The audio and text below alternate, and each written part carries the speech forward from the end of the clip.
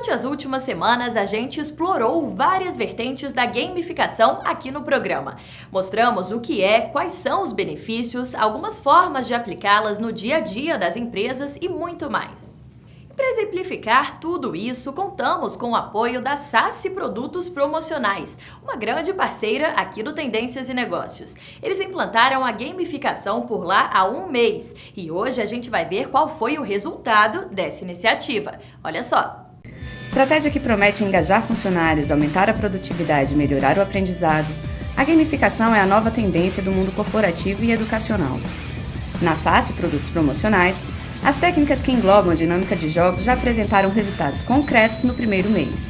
Com uma campanha inspirada no UFC, a empresa brasiliense estimulou a competitividade por vendas e a colaboração entre os executivos.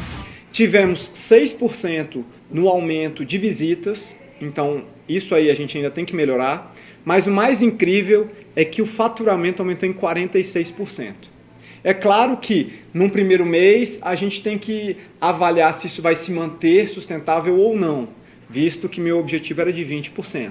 Então, eu acredito que o time se mantendo engajado, aumentando o número de visitas, aumentando a qualidade no atendimento, eu acredito que a gente vai conseguir bater a nossa meta. Eu fiquei muito feliz com esse primeiro impacto da campanha. O Ultimate Sassi Championship foi criado pela equipe comercial da empresa e utilizou um algoritmo matemático para pontuar os funcionários por comportamentos cotidianos desejados, como colaboração entre os executivos e aumento no número de vendas. Ao final do ciclo de um ano, o vencedor levará um cinturão, prêmio inspirado no UFC e experiências como viagens e diárias em hotéis 5 estrelas da cidade. Você vê que a vibe mudou completamente que nosso time comercial, né? Fomentou muito a vontade, o espírito competitivo de toda a nossa equipe comercial, né? E a gente está vendo também todas as melhorias que está tendo, a ajuda mútua entre a gente e todos os índices estão crescendo também, de certa forma, né? A gente já está colhendo os frutos dessa campanha comercial já de pronto agora, né? Provavelmente nos próximos capítulos aí a gente vai ver qual foi a melhoria que a gente teve. Na Universidade de Brasília, o estudo do potencial da gamificação para aprimorar a experiência do aprendizado, iniciado em 2013, resultou em um software chamado Siga e um livro sobre o tema, lançado no fim de abril. A iniciativa foi realizada pelo Laboratório Abaco, da UNB, em parceria com a Universidade Canadense de Laval. Aqui ainda é novidade, a gente tem algumas iniciativas pioneiras em marketing, em educação corporativa, em várias situações de educação corporativa. Em educação escolar, não. Essa é a nossa primeira iniciativa em educação escolar, voltado para a formação de professores, voltado para a escola, na ponta mesmo. Então, na verdade, é uma experiência. Esa colaboración entre la UNB, Universidad de Brasilia y Universidad de Laval es algo muy interesante y muy importante porque esta colaboración, claro, hace que se comunican los saberes y pueden hacer investigaciones comunes sobre temas que interessam a ambos.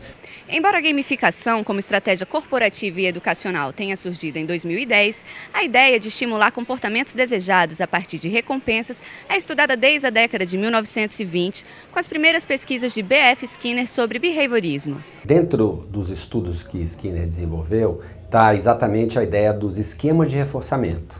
Então, quando você tem numa sequência periódica uma mesma consequência, que é um reforço positivo para todo o comportamento que é emitido, o indivíduo acostuma e discrimina a contingência de forma que depois de um certo tempo ele percebe o que ele pode ganhar com aquilo. Entretanto, uma das experiências mais famosas de Skinner, na qual os ratos recebiam comidas depois de realizar uma tarefa, também revelou um comportamento compulsivo quando as recompensas vieram de forma aleatória.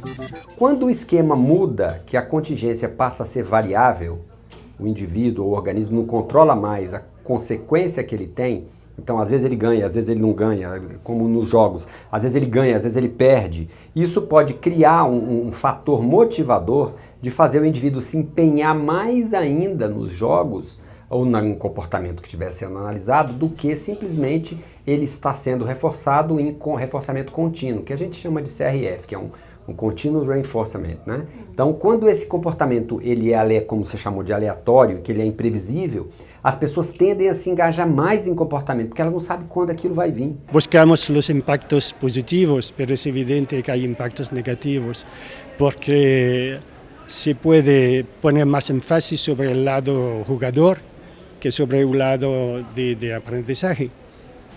Como decía antes, lo importante es aprender, no es solo jugar, porque jugar para jugar no vale en ese contexto. Entonces, si los estudiantes piensan que siempre, o los alumnos piensan que siempre deben pasar por un juego para aprender, sería terrible. Para o especialista em comportamento humano, ainda há muito o que ser estudado sobre as influências de um mundo gamificado na sociedade. As contingências relacionadas à gamificação, elas não estão preocupadas com a saúde mental ou com a saúde do indivíduo, das pessoas de um modo geral, né?